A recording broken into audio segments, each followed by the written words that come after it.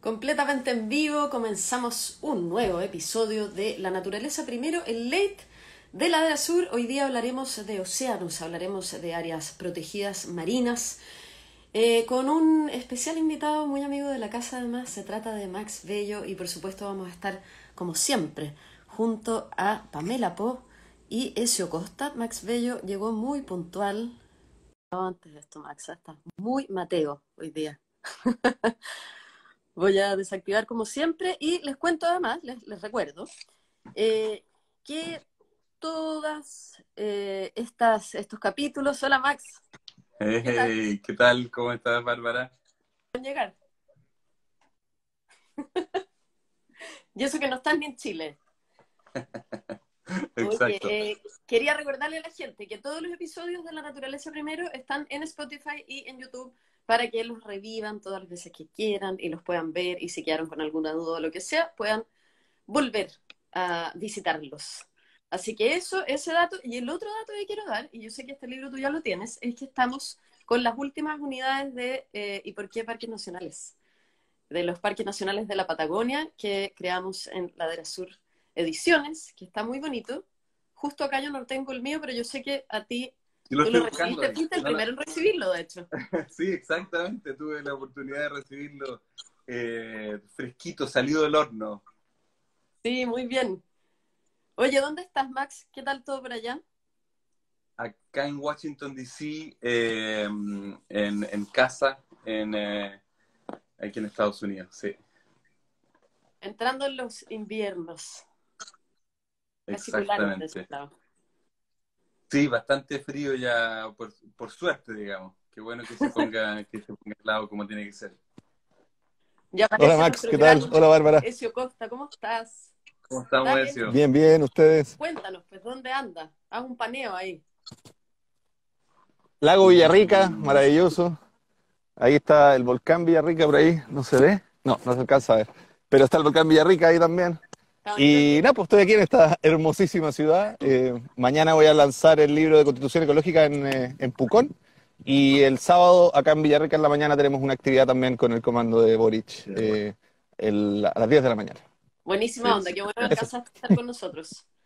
Oigan, los voy a presentar. Ahí está entrando la Pame, para hacerlo súper formal y todo. Pame, querida, Hola, ¿qué tal? ¿cómo están? Bien, ¿y tú? Pam, ¿qué Ay, tal? Hola, Pame. bien, ahí vamos. Vamos, que se puede. Contenta. Vamos que se fue. Muy bien. Oigan, para las personas que están conectadas y se están conectando entonces con nosotros, como ya les comenté, el invitado de lujo de hoy, el señor querido Maximiliano Bello, Max Bello, experto en políticas públicas oceánicas, quiero decir, miembro de Mission Blue y Ocean Champion, entre otros, de la COP. La Pamela Po tiene un nuevo cargo y es directora de Fundación Ecosur, así que le damos un aplauso aquí, Pame, grande. Oh. Bien, Además de felicitaciones. integrante de la red de politólogas. Eso, bravo, Pame. Así que Uh, nada, mucho éxito, Pame, en estos nuevos rumbos, que sea todo un éxito y una gran experiencia. Y Ezio Costa, también ya lo conocen, abogado, director ejecutivo de ONG PIMA. Así que con estos tremendos panelistas e invitados, comenzamos el tema de hoy, que es áreas marinas protegidas en Chile, en la región. ¿Cuáles son las principales falencias? ¿Hacia dónde vamos avanzando? ¿Vamos avanzando bien o no? Bueno, todas esas preguntas. Y lo primero es que hace poquito el Consejo de Ministros aprobó un nuevo parque marino, que es el Parque Marino TikTok, en Chiloé. Y me gustaría preguntarte, Max, a ti y en realidad a todos los que quieran aportar aquí, ¿cuál es la relevancia de este parque en particular y en qué situación se encuentra, situación general, el mar de las islas de ese archipiélago? Mira, yo creo que es clave este tipo de áreas que son mucho más costeras y particularmente en la Patagonia, que tú sabes hay una presión tremenda en los más de 20 años, ¿cierto? Producto de la actividad totalmente insustentable que es la salmonicultura y por ende este tipo de áreas son particularmente importantes. Yo diría también, además, Bárbara, esto es algo bien esperado porque la Contraloría detuvo en la creación de esa área protegida en una primera instancia durante el primer gobierno de Piñera, ¿no? Entonces nos quedamos como a punto de celebrar y no pasó. A la vez también esta área es parte de un puzzle bien importante. Nosotros hace muchos años atrás con Rodrigo Juque, con el Centro Ballena Azul, planteamos una serie de áreas marinas protegidas justamente en esa región, y justamente esta era una de las áreas muy importantes.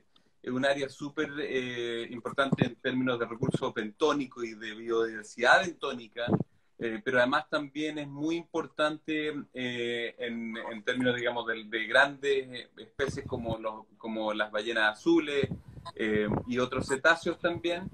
Y es un área que ha sido relativamente, se ha mantenido intacta comparado, como te decía, con otras áreas que han sido muy impactadas por la salmonicultura, en parte también por la comunidad principalmente. La comunidad de esa zona ha jugado un rol clave, importantísimo, los pescadores y otros. Y además también, Bárbara, una de las cosas es que también esa zona incluye un área que era de uso militar, naval. Entonces se mantuvo relativamente intacta producto de todas esas situaciones. Pero es un lugar clave para ese puzzle, mucho más grande que debiera ser, ¿cierto? Un paisaje de conservación más grande en toda esa zona. ¿Qué opinan ustedes, Ezio y Pame, sobre el tema salmoneras en Chiloé? O sea, Dale, Pam. no, o sea, obviamente es una brutalidad que se sigan dando, en el fondo, concesiones en áreas protegidas. En el fondo, para mí no cabe análisis, la verdad. O sea, hay un dejar ser en las cosas, la política pública como que no existe y va a la deriva. Y un punto que es sumamente importante relevar es el tema del servicio el SBAP en el fondo, el servicio de biodiversidad, porque al homologar las áreas, que es lo que ocurrió este año, los parques marinos se elevan a rango de parque nacional. Entonces es súper importante que se apruebe el SBAP en el fondo para poder elevar el rango de protección de los parques marinos. En el fondo el objeto van a tener que tener planes de manejo, el objeto de protección, o sea, no se va a poder hacer nada si en Parque Nacional además no puedes hacer actividades económicas. Entonces siento que acá falta ese cierre para que haya una protección mucho más profunda. Por lo tanto, ahí no habría salmonicultura, se podría salvaguardar esa situación. Yo tengo una pregunta. Max, el nuevo parque es hacia el océano, desde la isla de Chiloé hacia el océano, ¿cierto? No es hacia No. Palena. Claro, desde Palena, en el fondo como hacia el Golfo de Corcovado, como quien dice, como hacia Guafo, ¿no? Entonces es un cuadrado. Claro, o sea, no agarra el archipiélago mismo. No agarra el archipiélago mismo, y eso es justamente el área, de hecho, también que algunos de los grupos que estaban trabajando ahí, como el mismo Centro Ballena Azul, la Fundación Merimoy y otros, la propuesta era mucho más grande. Y la idea también como en esa vuelta de la Contraloría fue tratar de agrandar, o sea, ya que no se había aprobado todo, volver a revisarlo y volver a meter una área más grande. Que finalmente no ocurrió, entonces va a haber un trabajo, digamos, que va a seguir en adelante. Pero es básicamente como quien dice adentro del Golfo de Corcovado. Y esa área es muy importante. Claro. Toda esta zona de Corcovado, para que también entiendan la importancia biológica. Si tú miras todo el agua que viene, ¿cierto?, de una de las zonas más lluviosas del planeta, toda esa zona de la Patagonia, toda esa agua, y además también esos ríos gigantescos como el Palena, como los glaciares también de los cuales desembocan ahí, toda esa agua fresca, agua dulce que sale, la única forma que salga es por el Golfo Corcovado. Entonces, toda esa zona que incluye TikTok, se genera una retención de toda esa materia orgánica que viene de los canales y todo eso, y que a la vez se retiene más todavía con la isla Guafo, y genera una mega, digamos, un mega proceso de retención orgánica que genera esta productividad. Y por eso es tan importante para las ballenas, para montones de otros mamíferos marinos, para las algas, para las aves, etcétera. Y es un sector, perdona, estoy tomándome la atribución de la Bárbara, pero es que es un sector donde existen muchas concesiones de acuicultura en este momento. No, justamente una de las cosas que detuvo el proceso de la salmonicultura hay dos cosas. Uno, porque era un área relativamente expuesta, pero tú sabes que la salmonicultura ha ido mejorando su tecnología para poder estar justamente en zonas cada vez más expuestas. Entonces, antes las Para poder invadir nuevos lugares exacto, que están limpios todavía. Sí. Colonizando, exactamente, lamentablemente. Entonces, al inicio todas las concesiones, si tú miras incluso el proceso, eran en áreas, bahías muy pequeñitas, muy cerradas, porque era a donde se podían meter. Fueron mejorando entonces las condiciones técnicas para poder entonces irse a lugares más alejados.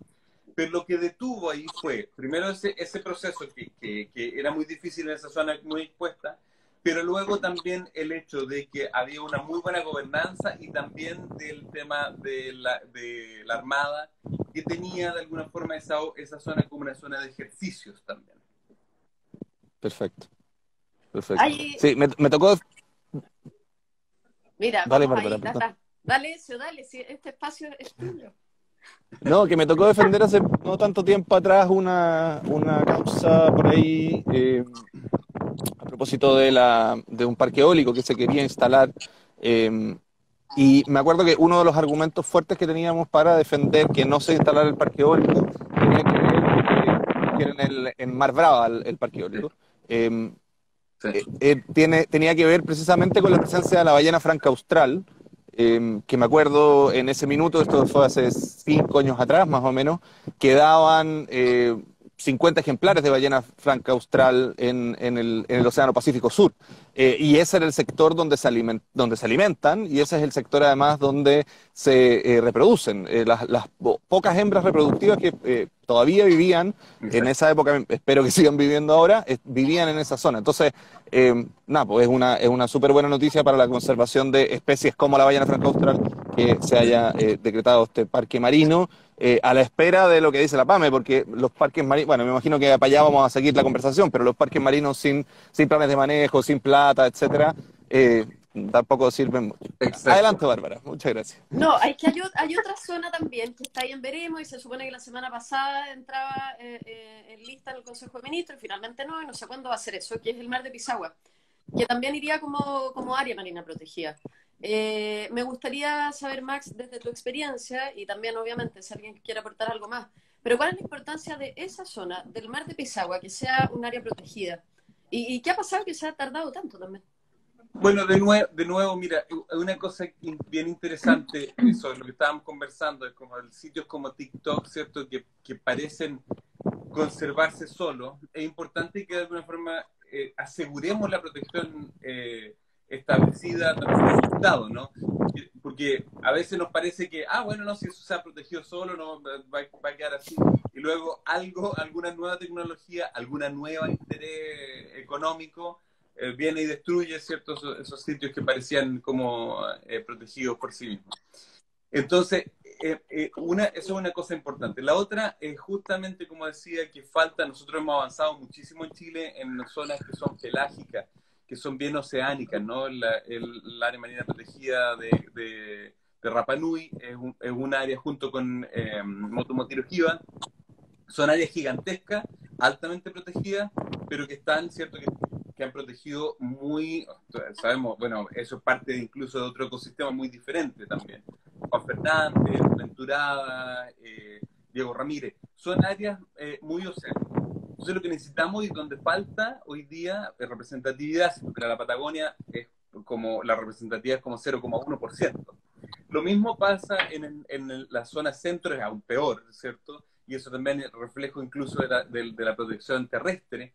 Y tú, si vas al norte, también lo mismo. El norte está muy poco protegido, porque ha estado históricamente también en manos, ¿cierto?, de intereses económicos grandes. En el caso ¿cierto?, del norte de Chile, tú ves, obviamente, una de las zonas más importantes para la extracción de sardinas, de anchoveta, ¿cierto?, y de otras especies para la harina de pescado, de empresas importantes como Copec y otras, ¿no? Entonces, la conservación también ha llegado muy tarde a esos lugares, pero no tan tarde como para darnos cuenta que efectivamente esas zonas son sectores que son muy claves, como lo que pasa con Humboldt, como el archipiélago de Humboldt, Claro. que son sectores claves, súper importantes casi como icónicos de la corriente Humboldt. La corriente Humboldt es globalmente la corriente más rica del planeta, junto probablemente con la de la Antártida. Y por lo tanto, el proteger esas áreas costeras es clave, no solamente, y como Humboldt y como Pisagua, no solamente por la biodiversidad y la riqueza, la biomasa, sino que porque hay montones de gente muy vulnerables, pescadores artesanales que han venido tratando de hacer las cosas bien, que viven directamente de esos ecosistemas y de la riqueza de esos lugares. Sí, ya vamos a entrar en ese tema, pero colgándome un poco de lo que decía eso, que el problema es que, claro, estamos teniendo cada vez más áreas marinas protegidas, por supuesto es una buena noticia, Chile es el país que más tiene incluso porcentaje de área marina protegida ya, pero ¿qué pasa con los planes de manejo? ¿Qué pasa con la fiscalización? Que es compleja ya en tierra, en mar es muchísimo más todavía. Entonces, ¿hacia dónde apuntar? ¿Cómo realmente poder asegurar toda esta conservación que pretendemos tener? Sí, pero yo creo que una cosa que... Sí, una cosa que siempre dice Silvia, dice, o sea, no por eso hay que parar de proteger, ¿no? O sea, ya la protección, y aunque vamos atrasados, efectivamente vamos muy atrasados en la implementación. Yo les contaba el otro día en otra entrevista que estaba dando el otro día, yo estuve trabajando mucho en Panamá estos últimos años y creamos un área bien grande, sobre todo para el país. 68.000 kilómetros cuadrados, el país tiene 73.000 kilómetros cuadrados, la parte terrestre, o sea que el área es casi tan grande, y con eso llega a Panamá al 30%. Acabamos la semana antepasada de ya poner el plan de manejo, o sea, 4 meses después, el plan de manejo fue construido, porque lo fuimos haciendo a la par un poco también, y el plan de manejo está presentado, ¿no? Y está hoy día en discusión, hay una consulta y todo que tiene un plazo, digamos, legal, pero se hizo. En México, en un área también en la que trabajé, Revillagigedo, un año después el plan de manejo estaba aprobado. Entonces, Chile es un país que tiene recursos, que tiene las capacidades, que tiene la posibilidad de efectivamente poner eso inmediatamente. Entonces, aquí hay un lentecimiento que también es un reflejo, ¿cierto?, de alguna forma del aparato que está todavía muy mal preparado de alguna forma para poder adecuar a eso. Y por eso necesitamos también, ¿cierto?, el SBAP, o sea, el Servicio de Biodiversidad Aérea Protegida, porque todavía el mecanismo es lento. Muchas veces depende de estudio, un montón de plata invertida también, pero que al final no está siendo también traducida en el plan de manejo que es necesario y que necesitamos ahora claramente urgente. Pame, y eso también, entonces hablemos un poco del SBAP. Pame, ¿por qué? Para explicarle a las personas que nos están viendo, sería esa la solución. O sea, no creo que sea la solución, es una de las soluciones. Pero en el fondo es una política, yo diría que no es de gobierno, es una política de Estado. Entonces, al tener, primero, estamos con una deuda desde que salió la ley ambiental de implementar el servicio de áreas protegidas. O sea, estamos en un incumplimiento de la misma ley en el fondo, eso es un primer elemento. Un segundo elemento es que el SBAP en el fondo integra todas las áreas protegidas. Entonces, hoy en día está todo segmentado. Tenemos áreas protegidas terrestres, áreas protegidas marinas, áreas privadas, ¿cierto?, etcétera. Y esto, en el fondo, cada uno es un mundo y, por lo tanto, no hay una integración de los ecosistemas, que es una cuestión sumamente necesaria hoy en día. No podemos tener esta visión segmentada, porque además hay como te dije, una dispersión de instituciones que toman decisiones y cada una toma además esas decisiones con criterios económicos. Porque Cernapesca vela por, en el fondo, más que por la protección, vela por una cuestión económica, agricultura lo mismo, CONAF también. Entonces, en el fondo, si seguimos con esta lógica, va a ser muy complejo ir hacia la protección o preservación. Por otro lado, el SBAP tiene recursos importantes. De hecho, hay estudios que te dicen que las áreas protegidas no se pueden mantener solamente con plata del Estado. Se requieren distintos fondos y Chile va a ser un país que va a captar esos fondos internacionales si es que tenemos un servicio de biodiversidad que administre en el fondo esos fondos. Entonces, hay hartos elementos que trae el servicio, la fiscalización, la denuncia. La gente va a poder denunciar además, porque eso hoy en día no existe. Actualmente igual, por ejemplo, los guardaparques no pueden denunciar a una persona que están, no sé, quemando algo o cometiendo un delito. ¿Por qué razón? Porque él tiene que probar que esa persona estaba haciéndolo. Entonces, no es un ministro de fe, etcétera. Hay un montón de elementos que el SBAP en el fondo agrega que va a permitir lo que tú planteabas, fiscalización, sanciones, además de las que tiene la SMA y los tribunales ambientales, etcétera. O sea, también tiene sanciones propias, fiscalización, recursos, ordenar el tema también, porque recuerda que el SNASPE nunca entró en vigencia tampoco. Entonces tampoco tenemos, digamos, una forma de proteger áreas de manera robusta. Hay problemas de deslindes, hay problemas, eh, mira, incluso hay un tema así como de límites de los parques que no está funcionando bien. Entonces, y esto en general, para todas las áreas protegidas. Entonces, se requiere mirar de nuevo, la lógica tiene que ser además proteger dentro y fuera de las áreas. Entonces ahí donde el SBAP es sumamente necesario y efectivamente hay oposición, y yo diría que ya cada vez menos, de sectores que se resisten al cambio que en el fondo se requiere hacer en esta cuestión. Y lamentablemente tampoco el gobierno fue, digamos, no, con respecto a los trabajadores, que ahí es donde está el nudo, y es ahí donde se ha demorado. Lamentablemente no, tampoco se les ha dado como la respuesta. Yo siento que siempre se ha dado una respuesta como débil, que de repente habría que hacer esa respuesta un poco más fortalecida y quizás recoger algunos elementos, pero porque en el fondo el gobierno actual se sacó como, el gobierno pasado no incluyó esto, y es como, pero si eres gobierno, o sea, podías hacer una indicación sustitutiva, puedes meter más indicaciones. Yo espero que el gobierno que venga tome el guante, y en el fondo siga legislando, porque yo creo que el proyecto fue bastante mejorado en la Comisión de Medio Ambiente y ahora se está tramitando lentamente en la Comisión de Agricultura. ¿Cómo es eso de que no se puede denunciar eso, por ejemplo? ¿Cómo se prepara una denuncia? ¿Cómo nadie de CONAF va a poder denunciar si alguien está haciendo algo que no debiera hacer en un parque nacional o en un área marina protegida? Los mismos ciudadanos, ponte tú, si uno se encuentra con algo que está prohibido, eso finalmente no llega ni a un puerto. ¿Qué tienes que grabar con tu teléfono? Si mandas fotografía, o eso tampoco es válido. Mira, es un temazo. Déjame decir algo de biodiversidad antes y después me voy a las denuncias, porque para complementar lo que está diciendo la PAME, en la evaluación ambiental de la OCDE del 2005, biodiversidad era el mayor problema, y en la evaluación ambiental de la OCDE del año 2015, biodiversidad era el mayor problema todavía. O sea, tenemos ya ese diagnóstico internacional hace rato.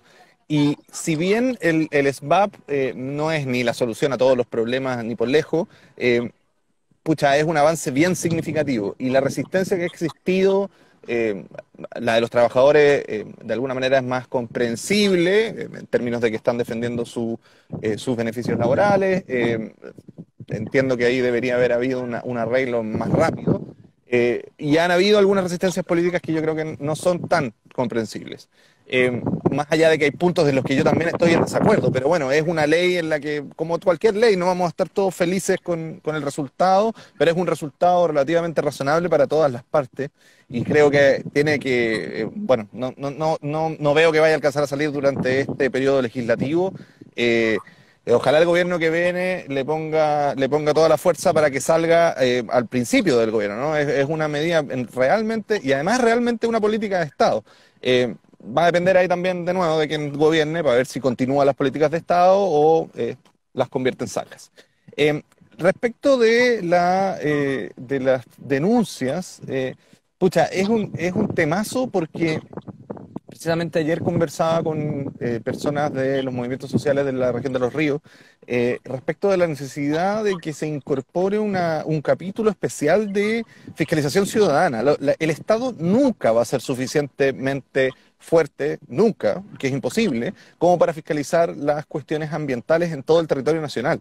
En tierra ni en el mar. En el mar, por suerte diría yo, la Armada tiene un despliegue de fiscalización en alguna medida, y eso ayuda bastante, pero en tierra es prácticamente imposible. O sea, más allá de que la fiscalización ambiental hoy día sea muy débil y tengamos pocos fiscalizadores, quizás algún nivel de descoordinación entre algunos de los organismos también, aunque se triplique el número de fiscalizadores, vamos a seguir teniendo, no sé, en vez de 2 fiscalizadores para una región como Magallanes, vamos a tener 6. De todas maneras no alcanza, es imposible.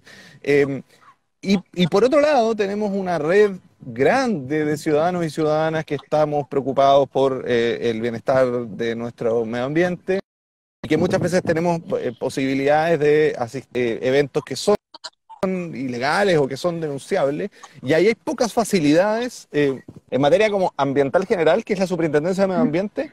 El conflicto que se produce es la dificultad que tenemos los ciudadanos de entender cuál es el instrumento de gestión ambiental que está siendo vulnerado, que es como lo que exige la normativa de la Superintendencia. Allá hay un cambio relativamente sencillo que hacer para la recepción de denuncias. Pero después en los sectores específicos es más difícil, porque lo que decía la Pam era sobre la CONAF, y efectivamente la CONAF tiene una posibilidad de sanción que no existe, o sea, no tiene posibilidad de sanción, sino que es a través de los juzgados de policía local, para lo cual tienen que hacer un juicio que, por supuesto, tiene un procedimiento largo, lento, ineficiente, inadecuado y que termina con multa súper baja. Y Eso, ojo, que si a la CONAF no le interesa, no van además, con las además, denuncias, no persisten. además. O sea, si a CONAF no Y, le interesa, no van. Y muchas veces no van a persistir porque el costo-beneficio, como el procedimiento es tan complejo, no es complejo, pero es tan estirado, no sé cómo decirlo, no sé cómo decirlo en Engorroso, palabras doctas, burocrático. pero saben a lo que voy. Pero Latero, digámoslo así. otra cosa también ahí en el caso marino también, Bárbara, y siguiendo lo que decía un poco Ezio, hay otra cuestión, por ejemplo, es la prueba, ¿no? Y en el caso de la pesca ilegal o de las ilegalidades que ocurren en el mar, también tenemos que definir mucho mejor qué es lo que es considerado prueba de pesca ilegal. En muchos de los casos en Chile, tú prácticamente tienes que pillar a la persona sacando el pez del agua y lo tiene que encontrar más un funcionario. Entonces, eso es casi imposible. O sea, tú cuando el bote, ponte tú, de la Armada viene una milla y tú ya, o más, lo viste ya hace rato, por lo tanto ya sacaste la Ya te red, o escapaste. sacaste el palangre, sacaste lo que... Y ese es un tema que no es solamente específico de Chile, es un tema que se repite en muchos países y que justamente estamos tratando de trabajar con muchos lugares porque tú puedes decir, por ejemplo, un área como Rapa Nui, ¿cierto? Tiene, ok, ya instalaste capacidad satelital, ¿cierto? De esto, de lo otro, pero si tú no tienes la capacidad de hacer la persecución de ese ilegal, entonces tampoco te puede ayudar, digamos, en nada el que lo haya descubierto si es que luego no lo puedes perseguir, no lo puedes llevar a juicio, no lo puedes sancionar, ¿cierto? No, por ejemplo, en Ecuador, ¿cierto? Hace algunos años atrás, en el 2007, se encontró este barco chino y ellos lograron agarrar el barco chino, llevarlo a puerto, llevar a la compañía a juicio, llevar a toda la tripulación a juicio, o sea, una serie de cuestiones que fueron importantísimas, que sabemos que probablemente ese no era el único barco, pero era ejemplificador. Y eso es lo que todavía también tenemos que trabajar muchísimo en las áreas marinas protegidas o fuera de las áreas marinas protegidas. Y eso son una de las cosas que los planes de manejo debieran contener también, ¿cierto? O sea, multas que sean ejemplificadoras. Yo, por ejemplo, con Palau, el costo de las multas que se generaban de los ilegales, por ejemplo, en el caso de embarcaciones chinas que estaban pescando ilegalmente dentro del área marina protegida que se había creado hace años, eran tan grandes que le ayudaba incluso, ¿cierto?, al país a poder pagar incluso por el mismo mantenimiento de los funcionarios, de todo el sistema de vigilancia, porque estaban muy... Entonces, eso ayudaba más, incluso, es más, a tener aún mayor perspectiva o pasar mucho más tiempo tratando de buscar esos ilegales porque significaba también incluso dinero para poder seguir manteniendo el parque y seguir manteniendo a los funcionarios. A raíz de lo que comentas de los chinos, de las embarcaciones chinas en Galápagos y eso, ¿qué actividades económicas entonces consideran ustedes que debieran definitivamente quedar fuera cuando hablamos de conservar el océano? ¿Cuáles se podría realizar y cómo? Mira, yo creo que hoy día hay una discusión, a lo mejor, sorry, Ezio, pero Dale, no. pasa una cosa muy clave aquí. Tratamos, ¿cierto? En el caso, por ejemplo, de Rapa Nui, ¿cierto? Hay una especificidad para permitir la pesca tradicional Rapa Nui, ¿cierto? Que una pesca que se hace principalmente de una roca, es bien digamos, tradicional y es bien de bajo impacto, ¿no? Pero en algunas partes lo que nos ocurre es que también decimos, bueno, sí, pesca artesanal, que solamente ocurre pesca artesanal, pero cuando tú miras la definición de pesca artesanal en la ley chilena, tú vas a encontrar que tiene embarcaciones que pueden llevar 50 toneladas. O sea, cuando a ti te dicen artesanal, uno normalmente se imagina al bote pequeño. Efectivamente, ese Claro. bote pequeño con 2 o 3 tripulantes, ¿cierto? Que a lo mejor lanza redes o que lanza espinel, pero son embarcaciones pequeñas que mantienen familia directamente.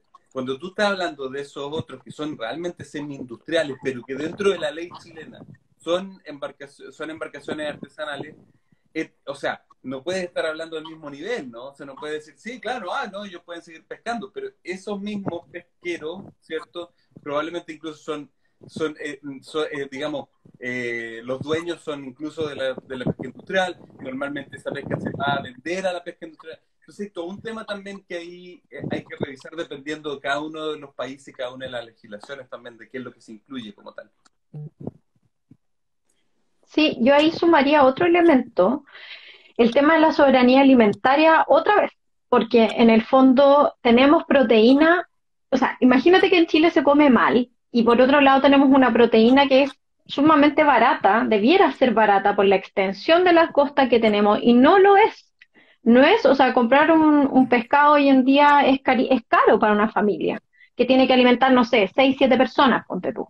Entonces, en el fondo, o sea, para mí desde la soberanía alimentaria, si uno lo mira, no está funcionando y algo está mal. En el fondo, ¿por qué? Porque se está todo yendo lo que pasa con un poco con la alimentación en tierra. O sea, agroexportación, estamos exportando, ¿cierto?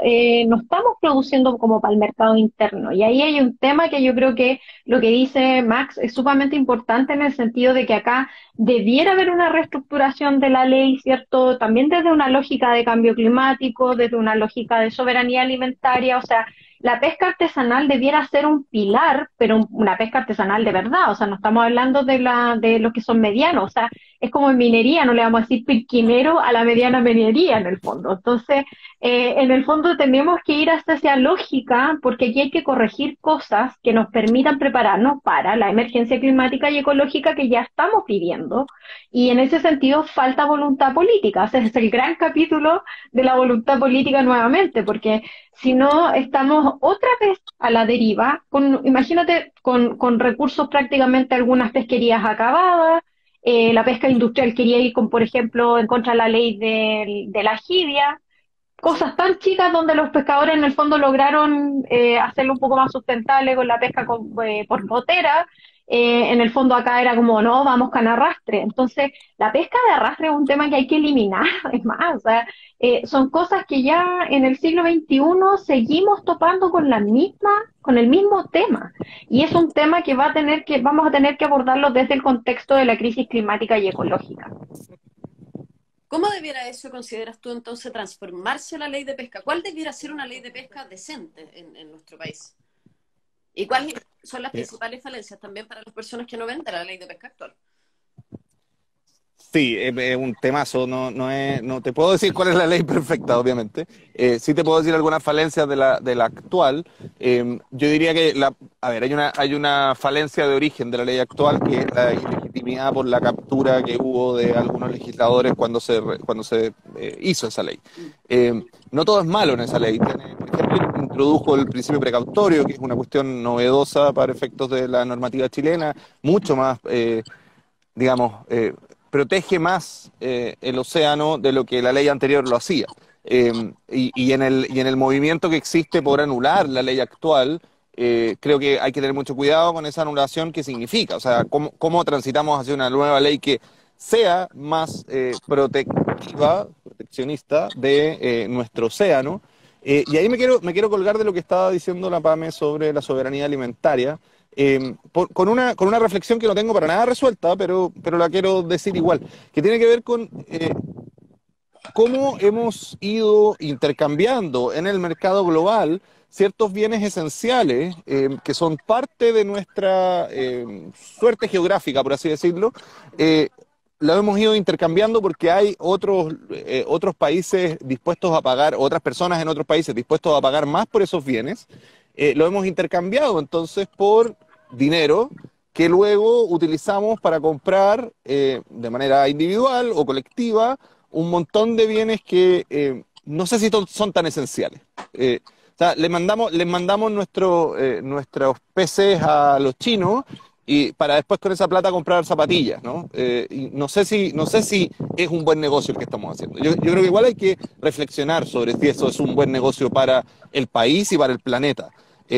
Cambiar soberanía alimentaria, cambiar agua, cambiar peces por zapatillas y no sé, juguetes y un montón de... Estoy obviamente tomando ciertos elementos que son particularmente suntuarios, ¿no? Hay otras cosas que son más esenciales, pero hay algo ahí que revisar. Y en esa revisión, yo creo que la idea de tener como circuitos alimentarios más cortos, donde efectivamente consumamos los alimentos que nos proveen nuestros ecosistemas cercanos, es una idea que hay que explotar más. O sea, tenemos que ponerle más seriedad a eso.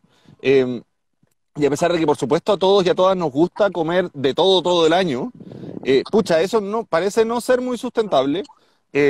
Y mientras las cosas estén en oferta en nuestro supermercado más cercano, es muy difícil que podamos individualmente cambiar esa conducta, ¿no? Tiene que haber una política pública que incentive que, por ejemplo, la pesca artesanal de verdad, no la pesca semi-industrial, la pesca artesanal de verdad, esos productos se puedan efectivamente comercializar en los lugares cercanos de donde se produce esa pesca, de manera de disminuir la huella de carbono, aumentar la soberanía alimentaria, mejorar también la economía local, y todas esas cosas, o sea, todas estas variables chiquititas que estoy diciendo, que a veces parecen incluso, aquí este es uno de los puntos que a mí me produce más ruido. Tengo la sensación de que hay personas que consideran esto que yo estoy diciendo como una vuelta a la pobreza.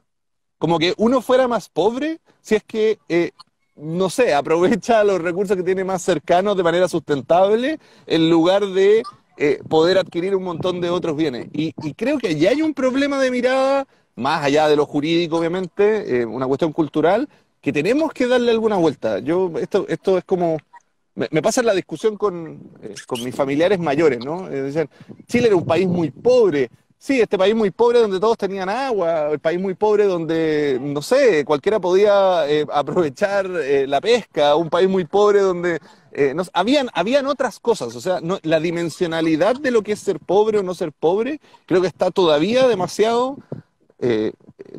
vinculada a una posibilidad de adquisición de bienes suntuarios que no sé si por ahí es donde se define nuestra pobreza o falta de pobreza. Sí, mire, una cosa, siguiendo, sorry, Bárbara, con esto yo creo que también o sea, es un proceso claramente de monopolización y también al final de que todo se termina transformando en commodities, ¿no? Si tú miras cada una de las pescas, por ejemplo, si el proceso de la pesca, ¿no? Se acaba un stock, después va al otro y al otro y al otro y así se van sobreexplotando. Con lo que tú decías también, eso me hace mucho sentido también y el ejemplo más claro de eso es la salmonicultura. ¿Cómo es que tú, cierto, tienes embarcaciones en el norte de Chile que están extrayendo, cierto, peces, cierto, como la anchoveta o también la sardina en otras partes de Chile?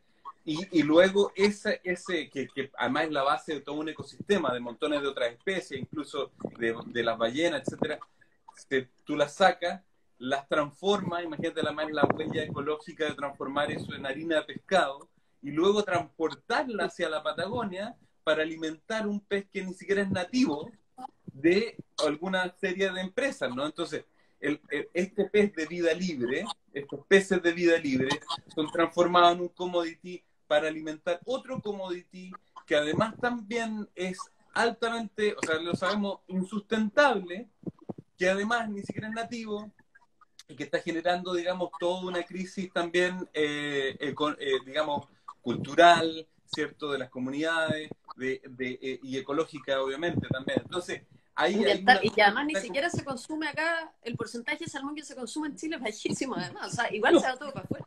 Exactamente, porque es un elemento, o sea, es una cuestión de lujo, ¿no? Que al final es gente que puede pagar por eso la mayor parte de eso efectivamente se transporta a otros países donde sí efectivamente puede pagar. Cuando es, o sea, entonces no estamos hablando de seguridad alimentaria porque nadie tiene que consumir salmón para poder sobrevivir, uno. Estamos hablando de una actividad totalmente insustentable que además ha prometido que va a disminuir la presión sobre el océano. Y es mentira porque está más presión sobre el océano para alimentar además un pez que es carnívoro, ¿no? Entonces, todo eso es un círculo vicioso, digamos, negativo para el medio ambiente, obviamente para la sustentabilidad a largo plazo, etcétera, etcétera. Y para el cambio climático, como decía muy bien la PAME también, en este momento de crisis de la biodiversidad y del cambio climático, no podemos permitir que ese tipo de cosas sigan ocurriendo. Sí, yo ahí quiero Es un sumar consumo otro tema suntuario. igual. Dale. No, el barreteo de algas que está ocurriendo en el norte, que es con permisos en la Terrible. pesca, o sea, es horrible. O sea, en el fondo es como deforestar literalmente bosque nativo en el mar. O sea, para que la gente en el fondo entienda que el barreteo es eso. Y de hecho las algas captan mucho más CO2 que un bosque en tierra. Entonces, yo siento que ahí la autoridad no está mirando estos elementos que, en el fondo, cómo nos hacemos cargo de la crisis climática y ecológica y miramos tierra y mar, en el fondo. Pareciera que aquí, y ahí insisto, el negocio de la carbono neutralidad le trae negocio, entonces es más negocio la reforestación, es más negocio los monocultivos que preocuparte de que en el mar no se siga sacando las algas, en el fondo. Entonces ahí falta un trabajo primero con las comunidades, de ver cómo se... Aquí hay que hacer harta educación también y tiene que ver con que a veces va a ser mejor conservar y generar una actividad económica vía turismo, vía conservación de las algas, etcétera, que seguir como en esta lógica de no querer mirar el tema. Y aquí hay mucho en política que no quieren tocar a veces temas que afectan a las comunidades que son más pequeñas o que tienen alguna cosa artesanal. No sé si me explico. Por ejemplo, pasa lo mismo con la leña. Se perdió un proyecto que prohibía la leña en el sur porque habían algunas comunidades que se sustentaban su economía sobre la leña. Pero bueno, ocúpate de eso, po. Pero no, en el fondo no te eches la legislación, por decirlo así. Y aquí pasa eso constantemente por un tema de los votos y las elecciones, y estamos en esa. Entonces, ¿qué va a ocurrir? Que en el fondo vamos a estar en un país que va a estar totalmente desprotegido en materia de adaptación porque en el fondo no toman las decisiones que se tienen que tomar, que a veces son dolorosas. Aquí por ejemplo, en Santiago, cuando se tuvo que colocar la restricción vehicular, se colocó la restricción vehicular nomás, pues si te limitó el derecho a andar en auto toda la semana. Y yo creo que en ese sentido aquí falta esa como, dejar como caer la política pública en la desidia, que es como el próximo gobierno, el siguiente gobierno y el otro, y nadie toma la posta finalmente de qué es lo que hay que hacer. Y eso que acá además estamos hablando de todo lo que conocemos, pero hay una cantidad de especies y de biodiversidad que desconocemos, que también se está sacando, pero son menos vistosas, se conoce menos, o sea, hay una cantidad de, no sé, invertebrados marinos, qué sé yo, que en Chile se están exportando los pepinos. Tengo una amiga mía que es experta en invertebrados marinos, la Andrea Martínez, y ella trabaja mucho con pepinos de mar, y me cuenta que eso sucede hace mucho tiempo acá, y se va todo para afuera, y no tenemos idea, porque son especies que desconocemos. Y eso está pasando todo el tiempo, y la mitad de la información la tenemos, la otra no. Hay una falla justamente del sistema legal y del monitoreo y de la vigilancia que tiene, o sea, la forma de actuar no solamente del sistema de pesca, digamos, administrativo de pesca en Chile, sino que en muchos otros lugares, es que tú dejas como decía, como no te metes con ellos, con ese grupo, porque no quieres tú ser el que le va a cortar, digamos, el negocio. Entonces da el problema después a otra administración. Y entonces se da chip libre, la especie finalmente llega a un punto en que está sobreexplotada, entonces tiene que irse a veda. Y como si la veda fuera un manejo. La veda no es más que la representación del fracaso de no haber exactamente hecho un manejo. Entonces, luego le pone una veda y te pasa que entonces los pescadores están enojados y efectivamente también que salen a la calle porque les ponen una veda, porque ya no pueden pescar más eso. Pero ya el recurso está sobreexplotado. Entonces, siempre tendemos a ese tipo de manejo. Pero además, volviendo también digamos, al núcleo de la conversación, las áreas marinas protegidas son claves, son importantísimas, tienen que ser parte del manejo, tienen que ser parte primordial también de todo, ¿no? Pero no es solamente a través de las áreas marinas protegidas que tenemos que seguir actuando. O sea, las áreas marinas protegidas hacen su pega, pero el manejo pesquero, ¿cierto?, es súper clave. Mira el caso de los tiburones, tú lo que decías también, Bárbara y Pame, sobre las algas, ¿cierto? Sabemos hoy día que los bosques de algas también son el ecosistema que más carbono secuestran en el planeta, de todos los ecosistemas, ¿cierto? Y lo estamos destruyendo. ¿Cómo podríamos generar a lo mejor incluso riqueza para las comunidades, esas comunidades, para que los protegieran, generaran bonos de carbono, etcétera? O sea, hoy día hay un montón de eso que no está disponible. Sin embargo, dejamos que siga ocurriendo el barreteo, que se vaya destruyendo, y lo que va a ocurrir ahí es pura pobreza. O sea, mira lo que va a pasar ahí en el largo plazo. Coincide esos bosques de algas, se van a ir todos los otros invertebrados, muchas especies pelágicas que pasan parte de su vida en esa zona. O sea, es un desastre, ¿no? Entonces, ahí se necesita manejo. Los tiburones, como te decía, en toda América Latina, se deja que se sigan explotando, nadie le quiere decir nada a los pescadores para que no se vayan a enojar, y se siguen explotando hasta que finalmente, oye, no queda ni siquiera el 5% de la población histórica de esos tiburones. Ahora hay que hacer algo cuando pudimos haberlo hecho hace 20 años. Entonces, tiene que ir de la mano, no podemos dejar todo en las manos del área marina protegida, tiene que ir de la mano también o sea, lo que quede fuera del área marina protegida no tiene por qué ser sacrificado, ¿no? Sin duda, eso se está volando ahí. Pero... Sí, yo de eso me reí. Yo también. Estaba hablando, Maxi. Llegó un polvo en la cara. Oye, yo quiero aprovechar de, todavía no estamos en ese minuto, pero ya queda poco, así que quiero Oye, nos quedan 10 y tengo ya quiero recomendar un libro. ¿Lo hago ahora o lo hago después? No, pues después. en el minuto feliz, más adelante. Ok. Ya. Bueno. Oye, para ir cerrando, hablemos de la región, que fue un tema que íbamos a conversar y no alcanzamos mucho, pero como la evaluación de lo que está pasando en la región, porque está sucediendo, y Max ahí trabajado firme. ¿Me escuchan bien o con delay? Doble. Hay un pequeño eco, pero a ver, dale. Ahí sí parece. Ahí sí. Bueno, ¿qué es lo que está pasando en la región? Debiera haber un tratado regional, Latinoamérica, en relación a las áreas marinas protegidas. Debiéramos unirnos. Eso existe, funciona, no existe. Y lo que están haciendo algunos países en particular, que han avanzado muchísimo este año, con los que tú también has trabajado, si nos pudieras contar de los casos de mayor éxito. ¿Y qué esperamos para los próximos 10 años, por poner un plazo? Sí, mira, efectivamente está ocurriendo. Yo creo que una de las cosas que yo creo que hay que cambiar claramente es la... Nosotros hemos pensado constantemente en el tema de la conservación marina en chiquitito, ¿no? Salvemos este pedacito aquí, salvemos este pedacito acá, pero tenemos que pensar en grande. Cuando tú ves a la industria tunera o ves la industria, no sé, de la merluza, tú sabes que Pesca Chile, por ejemplo, que era parte, ¿cierto? Es parte de una empresa mucho más grande que es Pescanova mundial. Ellos llegaron a tener prácticamente el 99% de todas las costas de merluza alrededor del planeta. A veces también digo, ¿cierto? ¿Por qué nosotros no nos planteamos también la conservación de una manera grande, ¿no? Yo hace años que vengo en esta también trabajando con Silvia y montones de otras gente, no soy el único, pero tratando de generar una cuestión que realmente vaya mucho más allá de la frontera. Necesitamos acordarnos que el 60% del océano, que cubre el 70% del planeta, está fuera de la zona económica exclusiva y no tiene un marco regulatorio necesario. Eso por un lado. Tenemos que continuar protegiendo ecosistemas, procesos, no una especie aquí o esta roca de acá. No, lo que viene haciendo ahora, yo estoy viajando ahora la próxima semana te están piteando ahí eso. La próxima semana a Costa Rica, ¿no?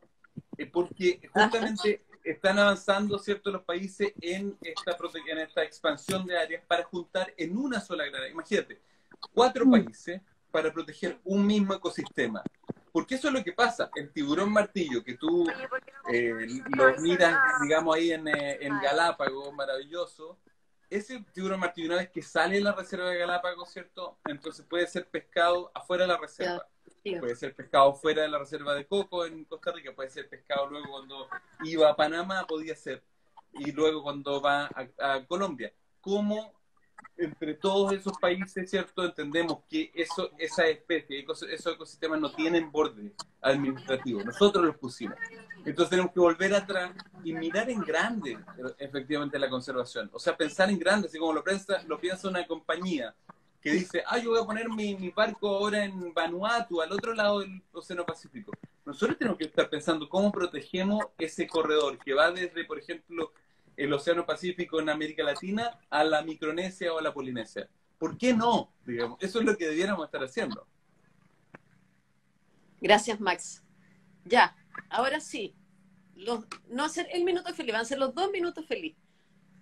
Así que eso, vas a partir tú para que nos recomiendes ese libro. Vale. Bueno, quería preguntar cosas del tratado, pero ya, no importa. Ya, bueno, igual voy a preguntar recomendar. si podemos pasar los minutos. Quiero recomendar el libro Vida Sumergida, de Catalina Velasco, Cata Submarina, Cata.submarina, en su Instagram más cercano, que es una bióloga marina que ahora está trabajando en la Fundación Meri.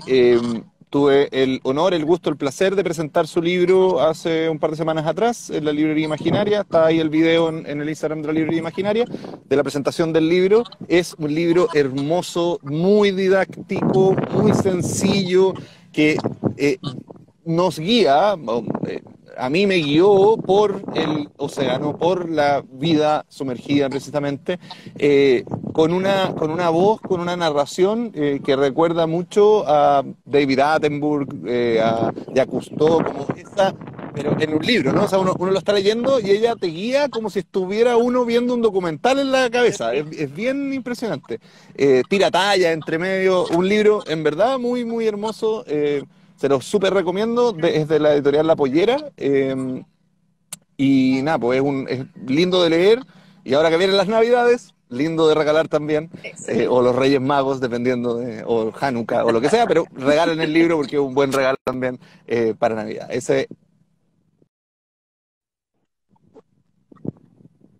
Maravilloso eso. Mucho éxito, gracias por esa recomendación.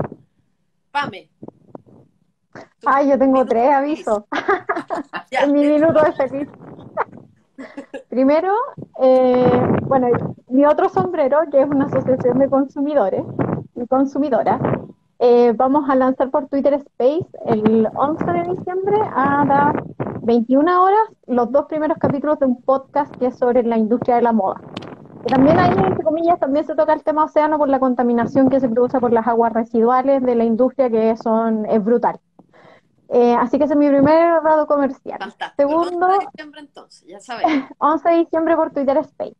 Y el 15 de diciembre, con la misma asociación, vamos a lanzar el libro sobre cocina sustentable y consumo responsable, muy ciudadano, porque la idea es que la gente pueda incorporar los términos de soberanía alimentaria, de cómo nutrirse mejor, incluso tienen recetas inéditas que hizo una gran escritora, así que uno de los capítulos, así que va a estar disponible también para toda la gente de manera digital, gratuito y Fantástico. para acceso para toda la gente. ¿Dónde Y lo mi tercera, encontramos entonces?